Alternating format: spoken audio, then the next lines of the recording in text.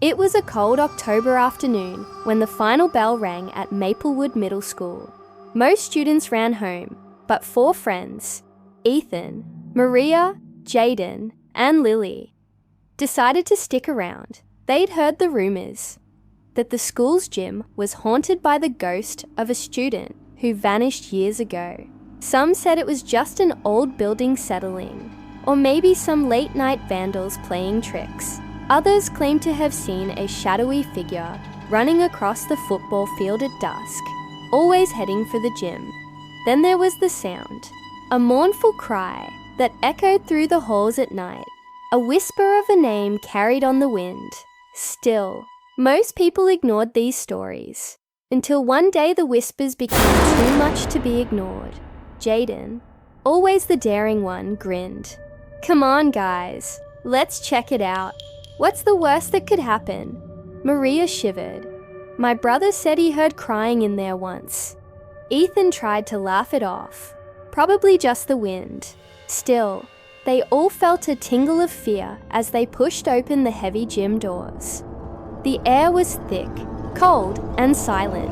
The sun's last rays slanted through the grimy windows, casting long shadows across the scuffed wooden floor. A few basketballs lay abandoned in the corners, and the faint smell of mildew hung in the air. "Let's split up and look around," Jaden said. "Meet back here in 10 minutes. They nodded and wandered off into the dim gym.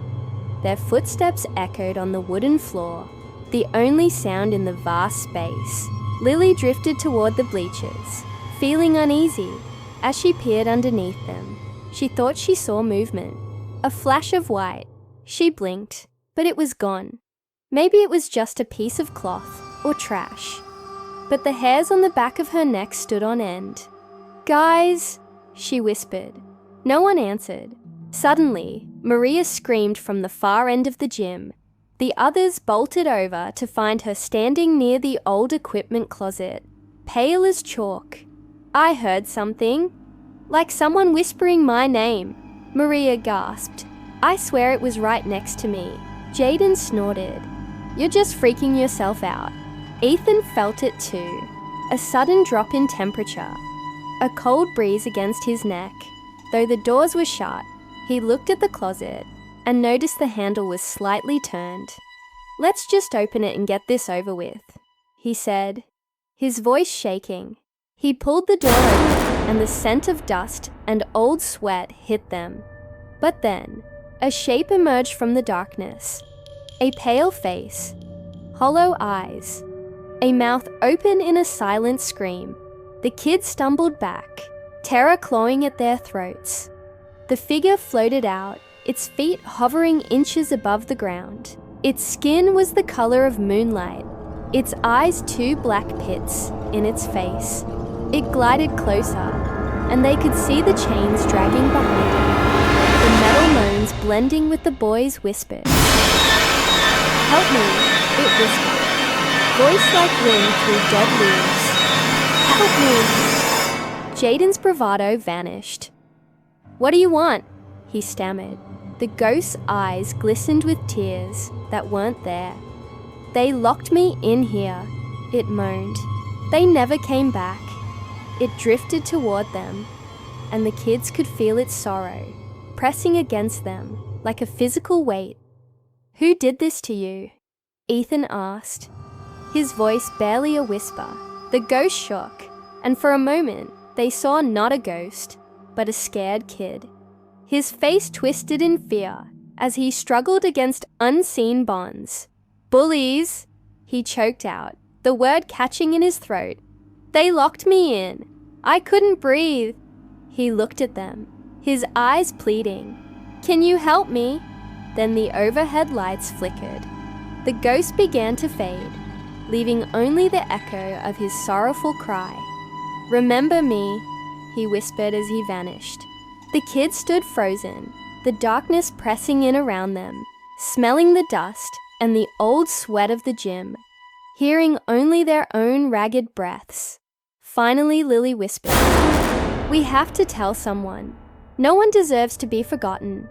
They rushed to find the principal, Mr. Clayton, A kind man with graying hair and a booming laugh listened patiently. When they were done, his face was grim. "I didn't know about this," he said, shaking his head. "I've been meaning to clean out that closet for ages. Who knows what they'll find?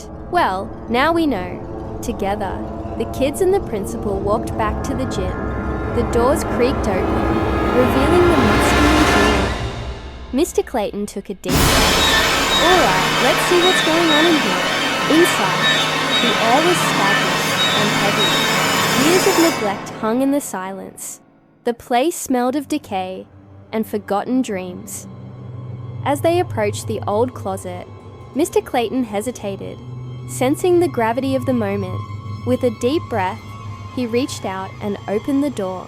The room beyond was dark, filled with cobwebs and the ghosts of laughter from countless games and practices past.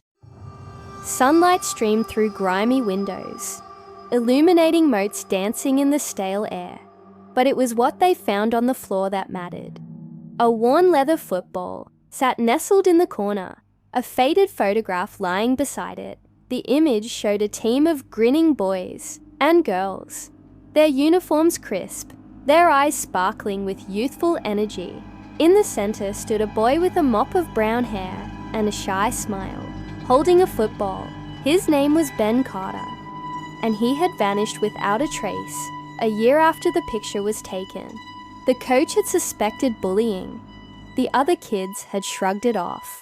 And somehow the story had gotten buried under new teams, new victories, new lives. Mr. Clayton felt a pang of regret. He should have known, should have investigated, but better late than never. With the photo tucked safely away, the kids and the principal walked to the front of the gym. Looking out over the dusty court, Mr. Clayton felt a surge of determination.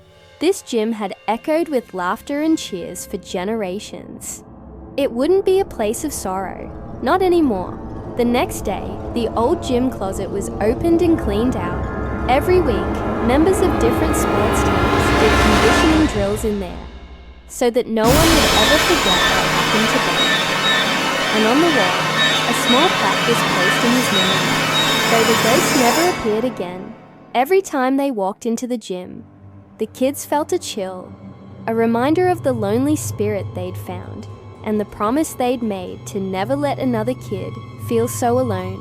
One evening, as the basketball team practiced their free throws, a boy with a mop of brown hair and a shy smile sat on the bleachers, watching them. The setting sun cast his face in gold, making him almost look real. Almost. The coach, Mr. Clayton, paused his whistle. Was that Ben? Could this really be the boy from the photograph? Had he come back to watch them play the game he loved? And then, just like that, he was gone. The coach shrugged it off. Better to remember Ben as a friend than risk losing him again. That night, the gym was filled with the joyous sounds of children playing. The ghosts of the past mingled with the living, and in the darkness under the bleachers, a worn leather football lay silent.